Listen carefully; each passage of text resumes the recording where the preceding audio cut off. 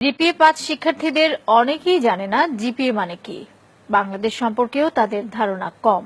মুখস্থবিদ্যা নির্ভর পড়াশোনা এবং শুধুমাত্র ভালো ফলাফলমুখী শিক্ষা ব্যবস্থার কারণে শিক্ষার্থীদের এই অবস্থা বলে মনে করেন শিক্ষাবিদরা।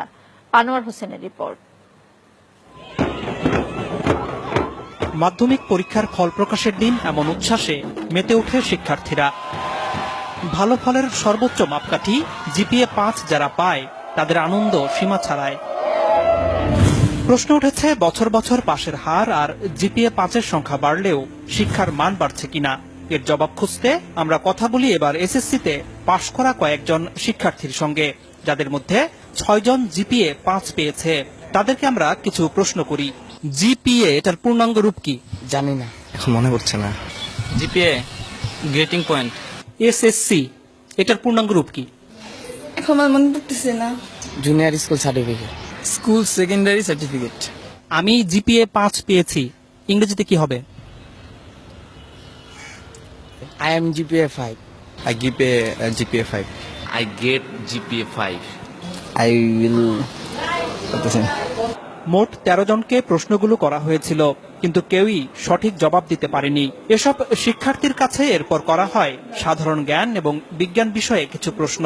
পাঠ্য বইতে বিভিন্ন সময় পড়লেও খুব কম প্রশ্নেরই সঠিক উত্তর দিতে পারে তারা। শহীদ মিনার কোথায়? সরি, জানি না। অপারেশন সার্চলাইট এটা কি? অপারেশন সার্চলাইট জানি না।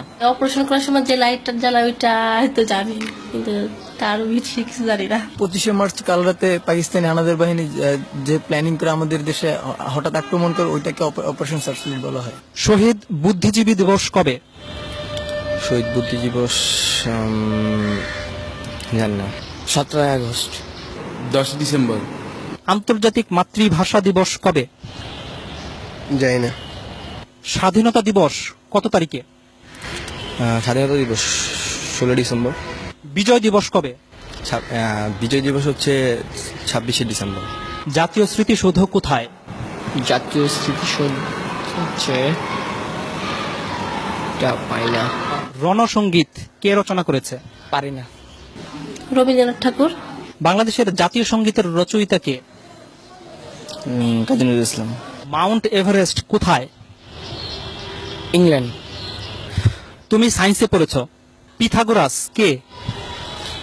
একজন ঔপন্যাসিক। নিউটন কোন তত্ত্বের জন্য বিখ্যাত? জানি না। আইনস্টাইনের কোন তত্ত্ব কি তোমাদের পড়িয়েছে? আইনস্টাইন না, নিউটনের পড়ছি, কিন্তু আইনস্টাইনের পড়ি নাই। নিউটনের তত্ত্বটা কি, নাম কি? গাছ থেকে মানে আপেল পড়ার যেই তত্ত্বটার নাম কি? নামটা মনে নেই। বাংলাদেশের বর্তমান রাষ্ট্রপতির নাম কি? বাংলাদেশের বর্তমান রাষ্ট্রপতির নাম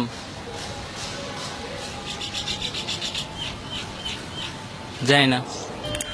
রাষ্ট্রপতির নাম হচ্ছে মুক্তিযুদ্ধের সময় বাংলাদেশকে কয়টি সেক্টরে ভাগ করা হয়েছিল? 9টি।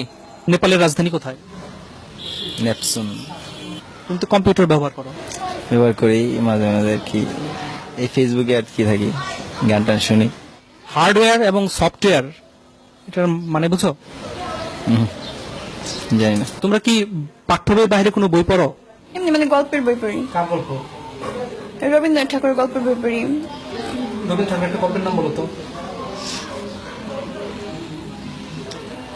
শিক্ষাবিদরা বলছেন জিপিএ-5 পেয়ে ভালো শিক্ষার্থীর তকমা নিলেও জ্ঞান অর্জনের দিক থেকে পিছিয়ে আছে তারা। আমরা দেখি বিশ্ববিদ্যালয়ে ভর্তি পরীক্ষায় জিপিএ-5 তারা পাস পর্যন্ত করতে পারে না। তার মানে যারা জিপিএ-5 পেয়েছে তারা যেটা শেখার কথা সেটা শিখে নাই।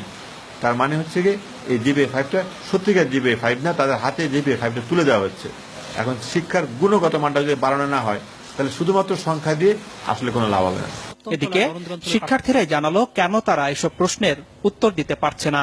প্রথম কথা হলো আমি সংবাদ বেশি দেখি না, নিউজ পেপার পড়ি না। পাঠ্য বইয়ে যে সিলেবাসটা দেওয়া আছে ওই সিলেবাসের মধ্যেই সবসময় সীমাবদ্ধ থাকো। ওগুলো সায়েন্সের সাবজেক্টগুলো একটু বাইরে পড়ি, কিন্তু বাংলা সমাজ এগুলো নিয়ে আমার বেশি কাটতে আর কি, বেশি পড়ি না। তবে শিক্ষাবিদরা মনে করেন দেশের সাহিত্য ইতিহাস সম্পর্কেও জ্ঞান থাকতে হবে শিক্ষার্থীদের। বিজ্ঞান, বাণিজ্য, মানবিক বিভাগের মধ্যে তো আলাদা করা যাবে না। এটা এই দেশের যদি নাগরিক হিসাবে তারা বড় হয়, তাহলে তো এগুলো জানতে হবে। কোথায় শহীদ মিনার, কেন শহীদ মিনার, কোথায় স্মৃতিস্তম্ভ, কাদের স্মৃতিতে স্তম্ভ, এগুলো তো জানতে হবে। এটা না জেনে কি করে? তারা বলছে তাদের বাংলা সাহিত্যের ব্যাপারে, ইতিহাসের ব্যাপারে আগ্রহ নেই। মানে এটা আসলে তাহলে মানে তার কি পূর্ণাঙ্গ শিক্ষা পাচ্ছে? না, একেবারেই না, একেবারেই না। শিক্ষা সংশ্লিষ্টরা বলছেন, শিক্ষার্থীরা মুখস্থ বিদ্যা নির্ভর হয়ে যাওয়ায় তাদের এমন দশা। বছরের প্রথম থেকেই যদি তারা কোচিংমুখী হয়ে তারা শুধুমাত্র চ্যাপ্টারগুলি মানে সামারাইজ করে ছোটভাবে ওইভাবে শেখানো হয় নাম্বারের দিকে তাকিয়ে, তাহলে তার জ্ঞান তো বাড়ছে না, মেধাও বাড়ছে না। আমি বলবো যে মেধার অপচয় হচ্ছে। এর প্রভাব পড়েছে চাকরি ক্ষেত্রেও। চাকরিদাতাদের অভিজ্ঞতা বলছে, যেসব শিক্ষার্থী ভালো ফলাফল করেছে তাদের একটি বড় অংশই ইন্টারভিউ বোর্ডে ভালো করছে না। ট্রাফিক জ্যাম নিয়ে কিছু একটা লিখতে বললাম, বা এখন হয়তো ওয়ার্ল্ডে কোনো একটা ইভেন্টস হচ্ছে, সে কোনো একটা খেলার টুর্নামেন্ট চলছে, বলি যে এটার উপরে লেখেন, যা মনে হয় আপনি বাংলায় লেখেন, ইংলিশে লেখেন। উদ্দেশ্যটা থাকে হচ্ছে তার সেন্টেন্স মেকিংটা দেখা, থিঙ্কিং প্রসেসটা কি এটা জাজ করা, অ্যাটিটিউডটা দেখা। ফলাফলটা ভালো আসে না। জেনারেল নলেজটা ডেটোরিয়েট করেছে এবং কমিউনিকেশন স্কিলে ডেটোরিয়েট করেছে, বোথ রাইটিং স্কিল এবং ভার্বাল স্কিলটাতে। এমন বাস্তবতায় শিক্ষার্থীদের গুণগত মান নিশ্চিত করতে তারা যেন মুখস্থের পরিবর্তে পাঠ্য বই আগাগোড়া পড়তে এবং পাঠ্য বইয়ের বাইরেও বই পড়তে উৎসাহিত হয়, সে ব্যাপারে অভিভাবক এবং শিক্ষকদের জোরালো ভূমিকা রাখার আহ্বান শিক্ষাবিদদের। আনোয়ার হোসেন, মাছরাঙা সংবাদ, ঢাকা।